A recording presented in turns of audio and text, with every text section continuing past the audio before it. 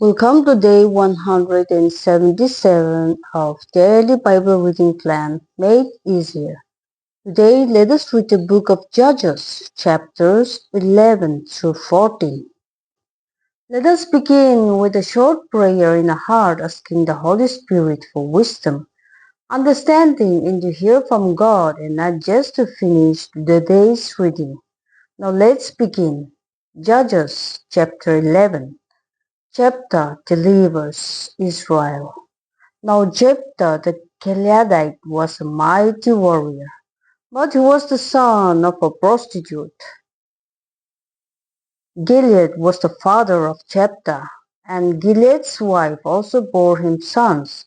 And when his wife's sons grew up, he drove Jephthah out and said to him, "You shall not have an inheritance in our father's house, for you are the son of another woman." Then Jephthah fled from his brothers and lived in the land of Tob, and worthless fellows collected around Jephthah and went out with him. After a time the Ammonites made war against Israel. And when the Ammonites made war against Israel, the elders of Gilead went to bring Jephthah from the land of Tob. And they said to Jephthah, "Come and be our leader, that we may fight against the Ammonites." But Jephthah said to the elders of Gilead, "Did you not hate me and drive me out of my father's house? Why have you come to me now when you are in distress?" And the elders of Gilead said to Jephthah, "That is why we have turned to you now, that you may go with us and fight against the Ammonites, and be our head over all the inhabitants of Gilead." Jephthah said to the elders of Gilead, "If you bring me home again to fight against the Ammonites, and the Lord gives them over to me, I will be your head." And the elders of Gilead said to Jephthah, "The Lord will witness between us if we do not do as you say." So Jephthah went with the elders of Gilead, and the people made him head and leader over them. And Jephthah spoke all his words before the Lord at Mizpah. Then Jephthah sent messengers to the king of the Ammonites and said, "What do you have against me that you have come to me to fight against my land?" And the king of the Ammonites answered the messengers of Jephthah, "Because Israel, on coming up from Egypt, took away my land, from the Arnon to the Jabbok and to the Jordan. Now therefore restore it peaceably."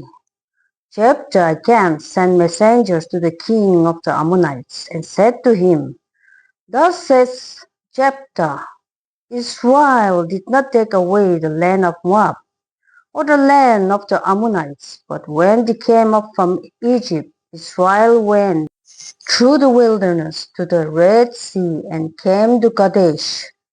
Israel then sent messengers to the king of Edom, saying, "Please let us pass through your land." But the king of Edom would not listen. And they sent also to the king of Moab, but he would not consent.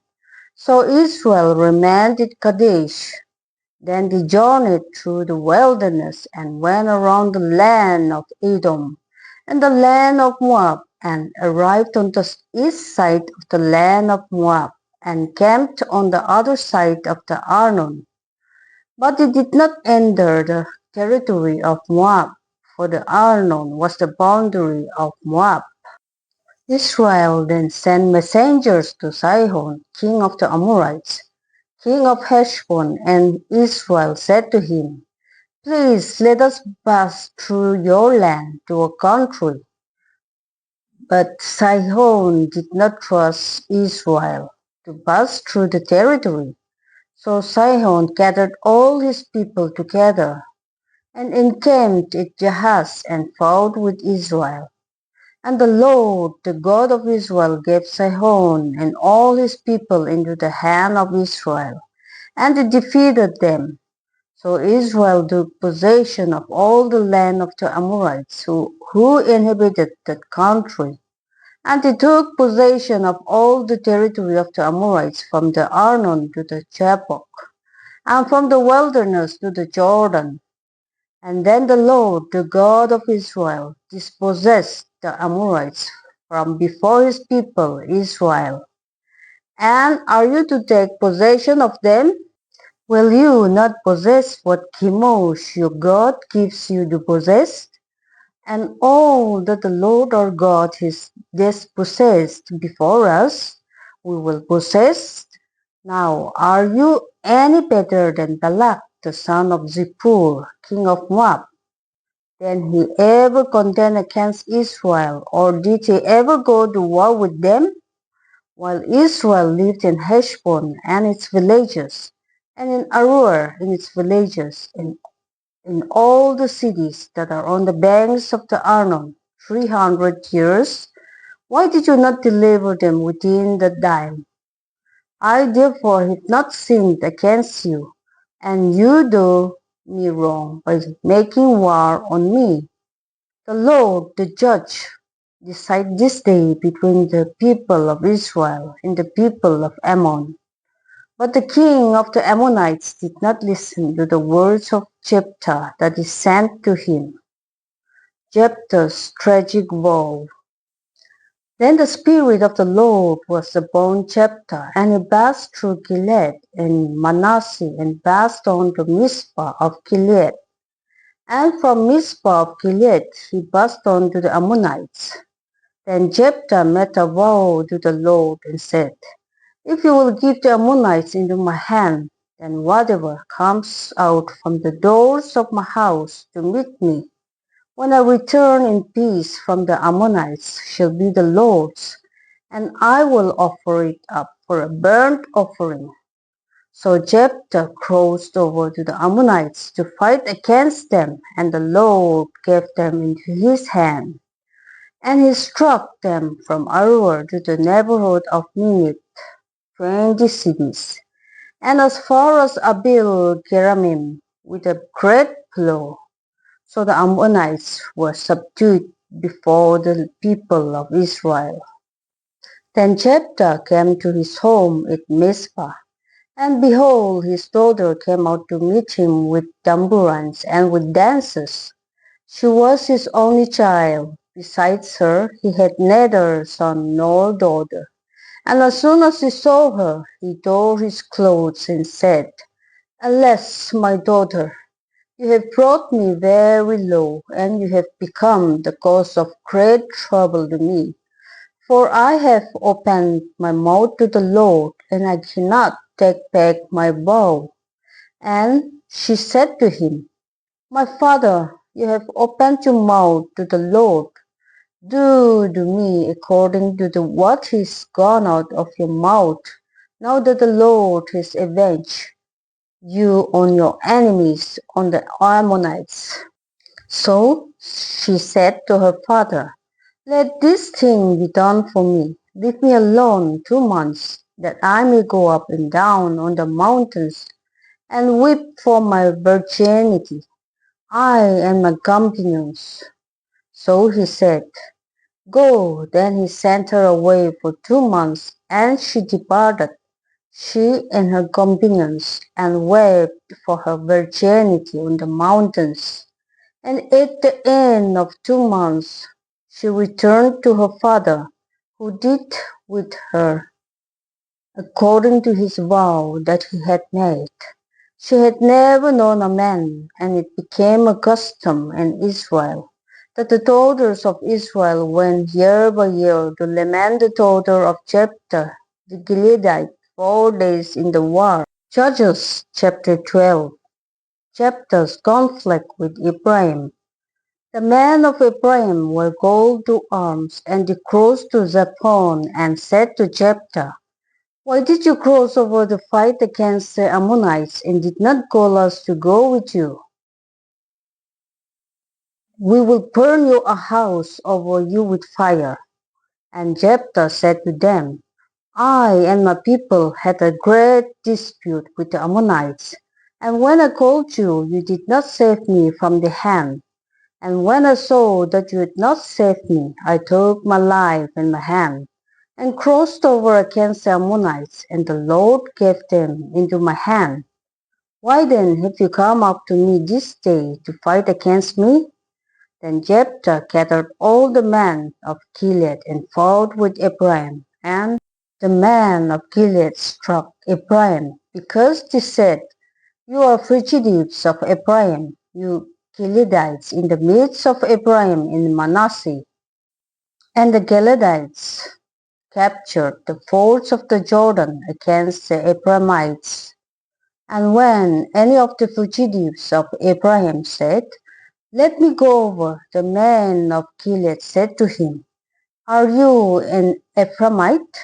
When he said, No, they said to him, They say Shibboleth. And he said, Shibboleth, for he could not pronounce it right. Then they seized him and slaughtered him with the fords of the Jordan. At that time 42,000 of the Ephraimites fell. Jephthah judged Israel 6 years.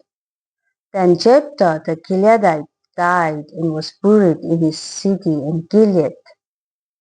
Ibzan, Elon, and Abdon. After him Ibzan of Bethlehem judged Israel. He had 30 sons and 30 daughters he gave in marriage outside his clan, and 30 daughters he brought in from outside for his sons. And he judged Israel 7 years. Then Ibzan died and was buried in Bethlehem.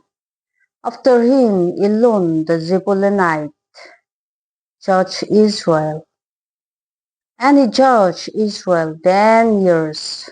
Then Elon the Zebulunite died and was buried with Aijalon in the land of Zebulun.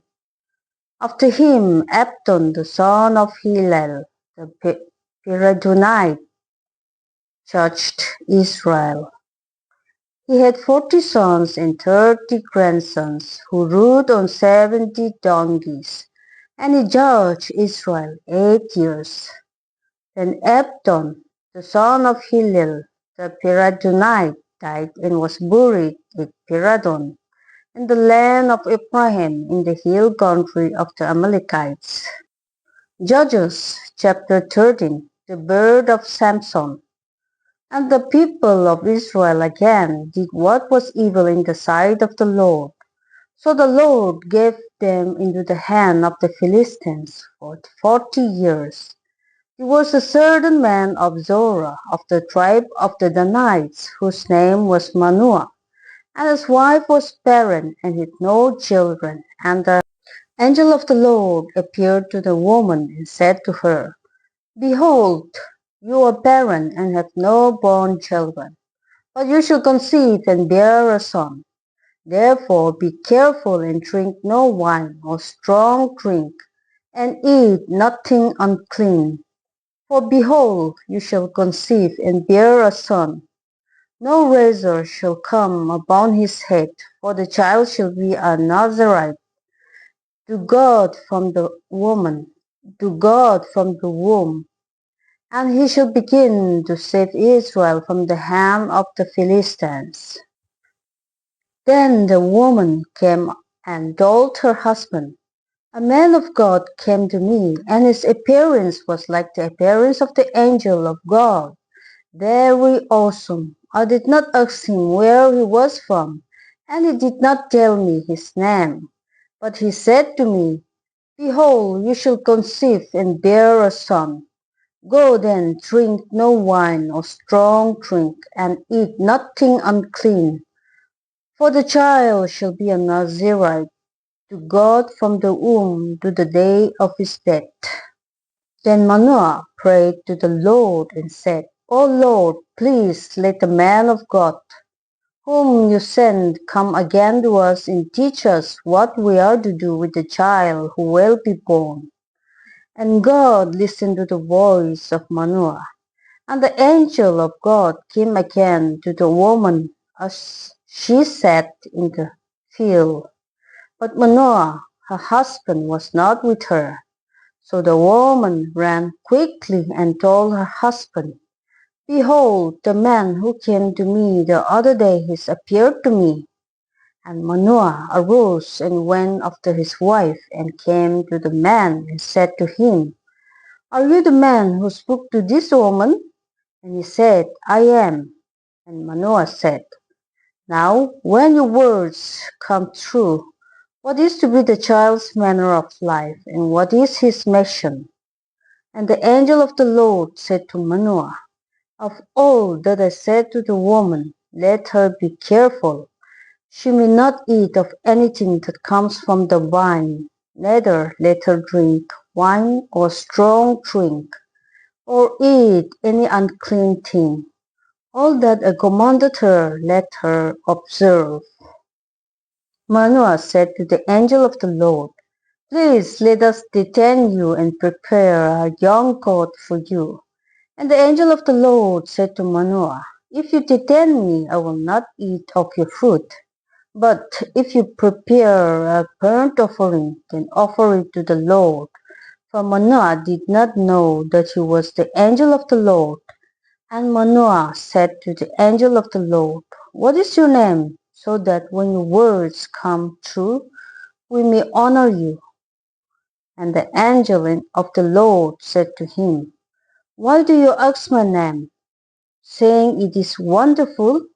So Manoah took the young goat with the grain offering and offered it on the rock to the Lord, to the one who works wonders. And Manoah and his wife were watching. And when the flame went up toward heaven from the altar, the angel of the Lord went up in the flame of the altar. Now Manoah and his wife were watching, and they fell on their faces to the ground. The angel of the Lord appeared no more to Manoah and to his wife. Then Manoah knew that he was the angel of the Lord, and Manoah said to his wife, "We shall surely die, for we have seen God."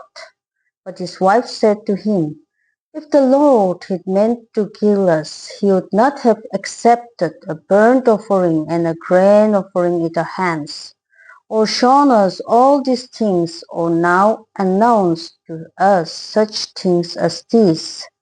And the woman bore a son, and called his name Samson. And the young man grew, and the Lord placed him. And the Spirit of the Lord began to stir him in Mahanes Dan, between Zorah and Eshtaol. Judges chapter 14. Samson's marriage. Samson went down to Timnah, and at Timnah he saw one of the daughters of Philistines. Then he came up and told his father and mother, "I saw one of the daughters of the Philistines at Timnah. Now get her for me as my wife."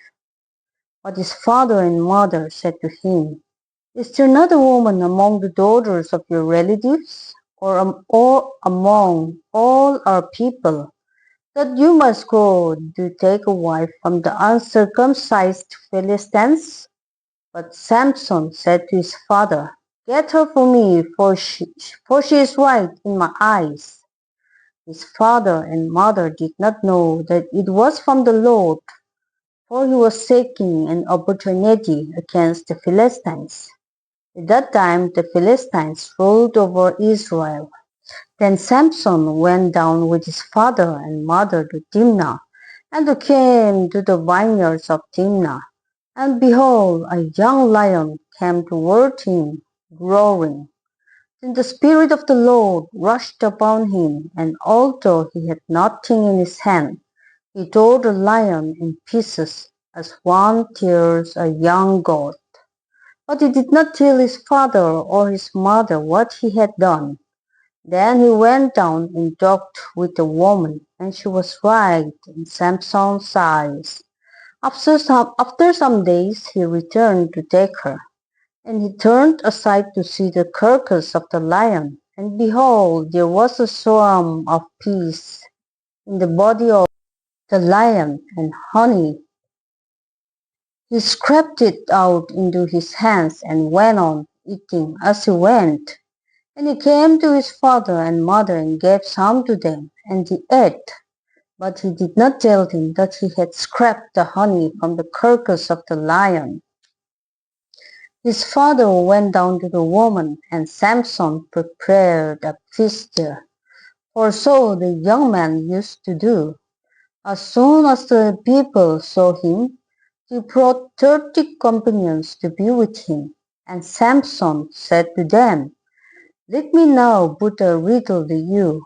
If you can tell me what it is within the 7 days of the feast, and find it out, then I will give you 30 linen garments and 30 changes of clothes. But if you cannot tell me what it is, then you shall give me 30 linen garments and 30 changes of clothes." And they said to him, "Put your riddle, that we may hear it." And he said to them, "Out of the eater came something to eat, out of the strong came something sweet." And in 3 days they could not solve the riddle. On the fourth day they said to Samson's wife, "Entice your husband to tell us what the riddle is, lest we burn you and your father's house with fire. Have you invited us here to impoverish us?" And Samson's wife wept over him and said, "You only hate me, you do not love me. You have put a riddle to my people, and you have not told me what it is." And he said to her, "Behold, I have not told my father nor my mother, and shall I tell you?" She wept over him the 7 days that the feast lasted. And on the seventh day he told her, because she praised him hard. Then she told the riddle to her people. And the men of the city said to him on the 7th day before the sun went down, "What is sweeter than honey? What is stronger than a lion?" And he said to them, "If you had not blowed with my heifer, you would not have found out my riddle." And he said to them, "If you had not blowed with my heifer, you would not have found out my riddle."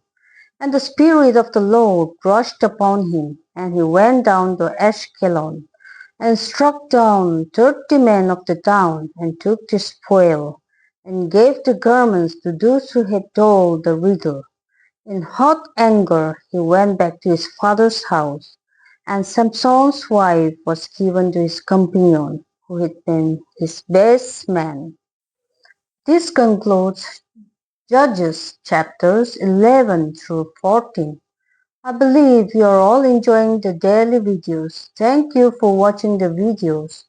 Please like, share, and subscribe this video to please someone else. Your support helps spread God's word to more people. I will see you in my next video, day 178 reading. God bless us all.